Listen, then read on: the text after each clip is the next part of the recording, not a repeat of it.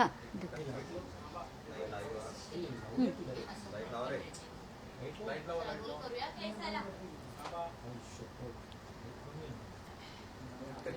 सर्वांनी mobile mute करून घ्या मध्ये मध्ये आवाज माझाच आधी करते.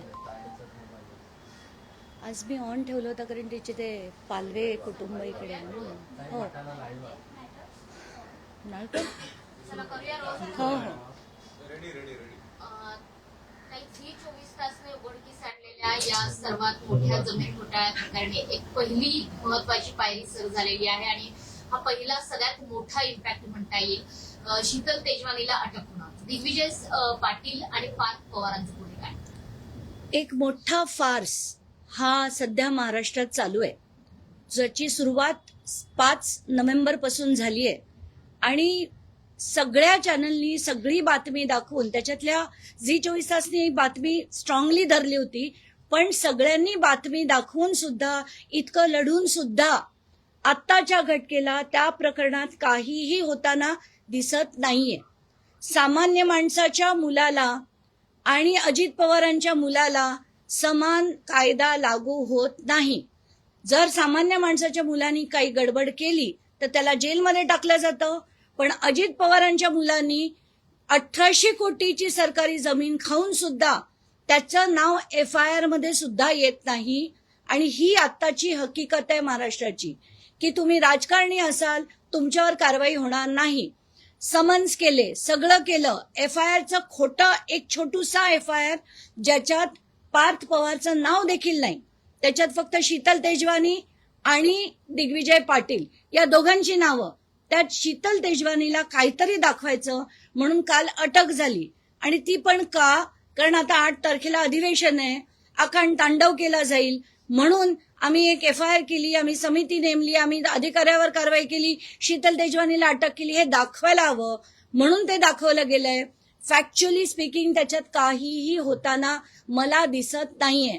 आता जे धडधडीतपणे दिसतंय की चुपचापपणे चौकशा होत आहेत. आता दिग्विजय पाटीलची 2 तारखेला चौकशी झाली अशी माहिती मिळतेय आणि तो माणूस आज बहरेनला देखील गेला अशी जेव्हा बातमी मी ऐकते धक्का बसतो की एवढा मोठा क्रिमिनल चार्ज असताना अशा व्यक्तीला बाहेर जाण्याची परवानगी कशी दिली अधिकाऱ्यांनी? जर हा माणूस परत देशात आला नाही तर या पूर्ण चौकशीची ही जी आहे प्रक्रिया जी आहे ती थांबणार आहे का? हा अतिशय गंभीर प्रश्न आहे. कारण त्याला बहरेनमध्ये सेटल करतील, इथे आणलं जाणार नाही आणि याच्या पुढची चौकशी सगळी होणारच नाही. अशी काहीशी परिस्थिती आहे का? असे असंख्य प्रश्न आपल्याला पडतात.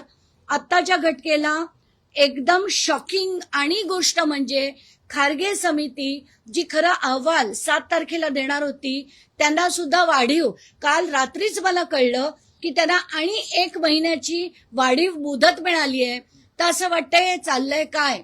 हे आपल्यासारख्या सामान्य जनतेच्या माणसाला झालं असतं तर अक्षरशः चिरडलं असतं आपल्याला. पण पार्थ पवार म्हणजे जो उपमुख्यमंत्र्यांचा मुलगा आहे त्याच्यावर कुठचीही कारवाई होताना आपल्याला दिसत नाहीये. तर हे सगळं खूप भयानक चाललंय. आत्ताच्या घटकेला मी आता असं लावून धरणार आहे की कम व्हॉट मे 7 तारखेचा जो अहवाल आहे जितका तुमचा तपास झालाय तितका तुम्ही जनतेकडे सादर करा. कारण ही जमीन सरकारची म्हणजे जनतेची जमीन होती आणि त्याच्यात काय चाललंय, कोणाच्या चौकशा, कसल्या चौकशा हे जाणून घेण्याचे अधिकार जनतेला पूर्णपणे आहेत. आता विषय दुसरा जो महत्वाचा विषय मला आणि एक मांडायचा आहे की ज्या अनंत गर्जे यांनी जे आता आपण ऐकलं की डॉक्टर गौरी गर्जे यांची ज्यांची हत्या झाली आहे का आत्महत्या झाली आहे कोणालाच काही माहित नाही. तर आत्ताच्या घटकेला तिचे आई बाबा हे बीडहून आलेले आहेत आणि काल आम्ही दिवसभर वरळी पोलीस स्टेशनला होतो.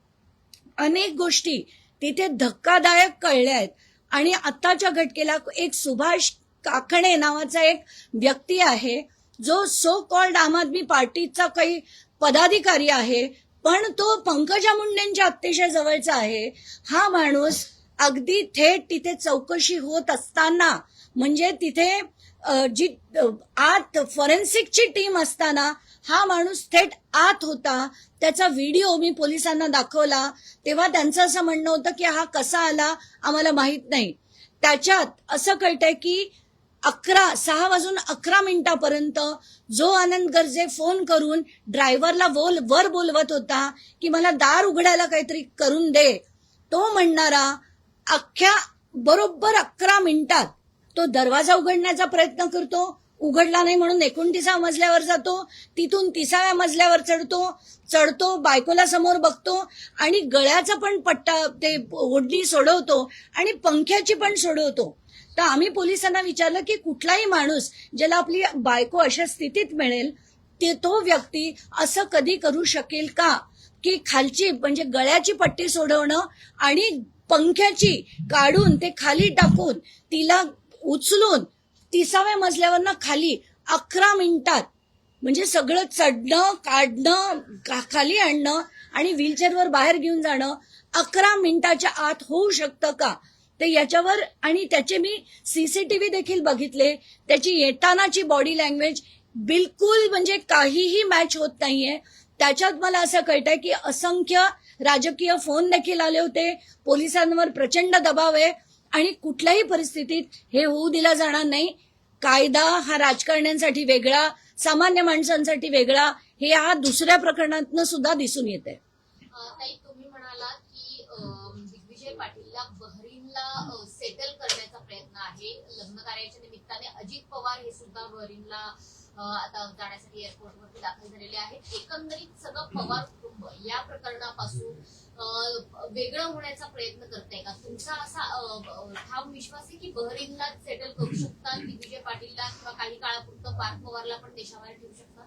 नाही, आता ते कोणाला देशाबाहेर ठेवतायत नाही ठेवत आहेत मला माहित नाही, पण शंका मात्र मनात नक्कीच येते की आताच्या घटनेला एवढे क्रिमिनल चार्जेस असताना दिग्विजय पाटीलला बाहेर जाण्याची परवानगी कशी दिली? पार्थ पवारचं अजून नाव FIR मध्ये का नाही आलं? आणि आज जर हे लग्नाला बहरीनला गेले असतील तर बहरीनचे रिपॅट्रिएशनचे जे काही कायदे आहेत त्या आत्ताच्या घटनेला मला माहित नाही काय एक्झॅक्टली आहेत, पण हा व्यक्ती जर तिथून परत आलाच नाही तर या पूर्ण प्रकरणाची चौकशी कुठे येणार आहे त्याच्यावर एक प्रश्नचिन्ह आत्ताच्या घटनेला तरी मला दिसते. या सर्व प्रकरणाची एकत्रित माहिती करून अंतिम अहवाल हा डिसेंबरच्या पहिल्या आठवड्यात म्हणजे खासगी समितीचा पहिल्या आठवड्यात येणार होता. आपण बघताय की हिवाळी अधिवेशन त्याच्यानंतर लागेलच आहे. कुणाला तरी वाचवलं जाते कारण की एक्सटेन्शन देऊन 1 महिन्याचं ह्या अधिवेशनामध्ये त्या गोष्टी येऊ नये. हे खारगे समितीचा अहवाल आत्ता आला असता तर अधिवेशनात धुमाकूळ घालून अजित पवारांचा राजीनामा झाला असता. उपमुख्यमंत्री पदाचा, पालकमंत्री पदाचा, ह्या सगळ्या गोष्टींचा त्यांचा राजीनामा झाला असता. पण तसं होऊ नये म्हणून आत्ताच्या घटनेला 1 महिन्याचं, खरं तर 8 दिवस एक्सटेन्शन दिलं तर ठीक आहे, पण 1 महिन्याचं तब्बल जे एक्सटेन्शन दिलं गेलंय की आता पुढच्या नवीन वर्षी आपण हे सगळं बघू, तर हे बिलकुल चालणार नाही. मी तर ठरवलंय मी कुठच्याही परिस्थितीत प्रिलिमिनरी अहवालासाठी मला ताकद आहे तेवढं मी फोर्स करणार आहे. विरोधी पक्ष महाराष्ट्रातला जर थोडा बहुत जरी जागा असेल तरी त्यांनी पण आवाज उचलावा आणि कुठच्याही त्यांनी सांगावं की आतापर्यंतची जी झालेली चौकशी आहे त्याचा प्राथमिक अहवाल तरी आत्ताच्या घटनेला आला पाहिजे. एवढंच नाही तर FIR मध्ये अमेडिया कंपनीचं नाव आणि पार्थ पवारचं नाव हे घातलं गेलं पाहिजे अशी डिमांड मी करते. तसं विरोधी पक्षांनी सुद्धा करणं गरजेचं आहे. ताकदीने ते करतील की नाही माहित नाही, मी तरी नक्कीच करणार या आहे. अधिवेशनामध्ये अजित पवारांच्या राजीनाम्याची मागणी व्हावी असं वाटतंय का? कारण अधिवेशनात हा मुद्दा उपस्थित होईल. विरोधी पक्षांनी विशेषतः काँग्रेसने म्हटले की आम्ही हा मुद्दा उचलून धरू. मात्र जर पार्थ पवारांवरती गुन्हाच दाखल नसेल तर अजित पवारांपर्यंत पोहोचणार कसा हा प्रश्न? खरंच आहे, पण म्हणूनच मी म्हणते की FIR मध्ये पहिलं अमेडिया एंटरप्राइजेस LLP आणि पार्थ अजित पवारचं नाव हे घातलं गेलं पाहिजे. ते घातल्याबरोबर अजित पवारांना राजीनामा हा द्यावाच लागेल आणि त्याच्यासाठी मी लढणार आहे जसं मी म्हटलं. पण विरोधी पक्ष पैकी आता मला जर फक्त कळलं की काँग्रेस करताय, पण बाकीचा विरोधी पक्ष सुद्धा काय करतोय याच्यावरही प्रश्नचिन्ह आहे.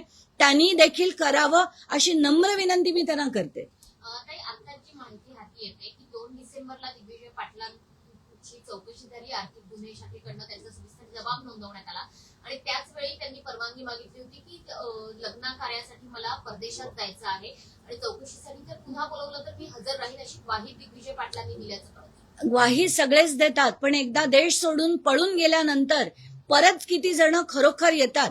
आतापर्यंत आपण एकानंतर एक लोकांना पळून जाताना बघितलंय, त्यातला एक माणूस दाखवा मला की जो परत आलाय. आत्ताच्या घटनेला ही माझ्या मनातली भीती आहे जी मी तुमच्या पुढे मांडली. आले ठीक, नाही आले तर काय, तर ही जी त्यांना ज्यांनी परवानगी दिली they should be made liable. कारण आत्ताच्या घटनेला खरं इतका मोठा चार्ज असताना आणि याच्यात क्रिमिनल कल्पेबिलिटी त्यांची खूप मोठी आहे आणि असं असताना जर त्यांना परदेशी जाऊ दिलं जातंय हे माझ्या दृष्टीने अतिशय चुकीचं आहे. ज्यांनी ही परवानगी दिली त्या अधिकाऱ्यांची चौकशी व्हावी अशी तुम्ही मागणी करताय का, आणि जाऊ दिलंय की त्यांना जाणीवपूर्वक जाऊ दिलंय हा प्रश्न. आता एक तर मला खरंच कळत नाही की जाणीवपूर्वक जाऊ दिलंय का ते स्वतःहून गेलेत. पण आता ते बामे भाऊ आहे म्हटल्यावर आत्तेभावाच्या लग्नाला ते गेले असतील आम्ही समजू शकतो, पण आत्ताच्या घटनेला त्यांना रोखणं गरजेचं होतं. कारण त्यांच्यावर आत्ताचा जो चार्ज आहे, आत्ताचा जो FIR आहे त्याच्यात 7 ते 14 वर्षाची शिक्षा ही असताना त्यांना कुठच्याही जोपर्यंत सगळं होत नाही, चौकशा होत नाहीत तोपर्यंत बाहेर खरं तर जाऊ दिलं म्हणजे नाही पाहिजे. पण गेलेत ते आता, हाही फॅक्ट आहे. म्हणून मी म्हणते की ज्या अधिकाऱ्यांनी जाऊ दिलंय त्यांना सुद्धा लायबल केलं पाहिजे, तरच हे सगळं बदलेल. शीतल तेजवानीला काल अटक झाली त्यावेळेस त्यांचं जे वागणं होतं किंवा पोलिसांनी यापूर्वी शीतल तेजवानीला दिलेली ट्रीटमेंट आणि काल दिलेली ट्रीटमेंट यामध्ये बरंचसं अंतर होतं. त्या बाबतीत काय टिप्पणी करा? नाही, नक्कीच. कारण कसं झालं की सगळ्या चॅनलनी जी माध्यमांनी लावून धरलं की त्यांना रॉयल ट्रीटमेंट मिळाली, त्यांना छानपैकी लाऊंजमध्ये बसवण्यात आलं होतं. एवढंच नाही तर त्यांना थेट सोडायला पोलिसांची गाडी, पोलिसांनी त्यांना प्रोटेक्ट करून दिमतीला नेऊन 500 मीटर पुढे जाऊन सोडलं. हे सगळं जेव्हा माध्यमांनी दाखवलं त्याच्यानंतर बहुतेक पोलीस शुद्धीवर आले आणि त्यांनी असं ठरवलं की आता हे पुन्हा करायला नको. त्या गाडीत बसलेल्या असताना त्यांना परत बाहेर खेचून त्यांना चालत जे नेलं हे मला बघून बरं वाटलं. कारण ही ट्रीटमेंट सामान्य व्यक्तीला मिळते, ती शीतल तेजवानीला मिळालेली बघून बरं वाटलं. पण जसं मी म्हणते की माध्यमांनी हे लावून धरलं, आक्रोश जनतेचा झाला म्हणून हे केलं गेलंय. पण एकेकाने लढलं तर ही सगळी परिस्थिती आपण महाराष्ट्राची बदलू शकू. आत्ताच्या घटनेला आपण निवडणुका बघितल्या, आपण येणाऱ्या पैशाची वाटप बघितली, आपण सगळ्यांची विधानं बघितली. इतकी बेकार, इतकी खालच्या दर्जाची झाली की महाराष्ट्र कुठच्या दिशेने जातोय. पूर्ण गुंडागिरी, त्याच्यात मारामाऱ्या बघितल्या, मुक्ताईनगरची मारामारी बघितली. काय चाललंय हे? हा महाराष्ट्र, सुसंस्कृत महाराष्ट्र कधीच म्हणता येणार नाही. जो होता तो काळ पुन्हा आणण्यासाठी लोकांनी आता झटावं लागेल. अधिवेशन तोडण्यावर आहे. तुम्ही यापूर्वी सुद्धा पाठपुरावा केला, दिल्लीला सुद्धा गेला होता, मुख्यमंत्र्यांशी देखील संपर्क साधला.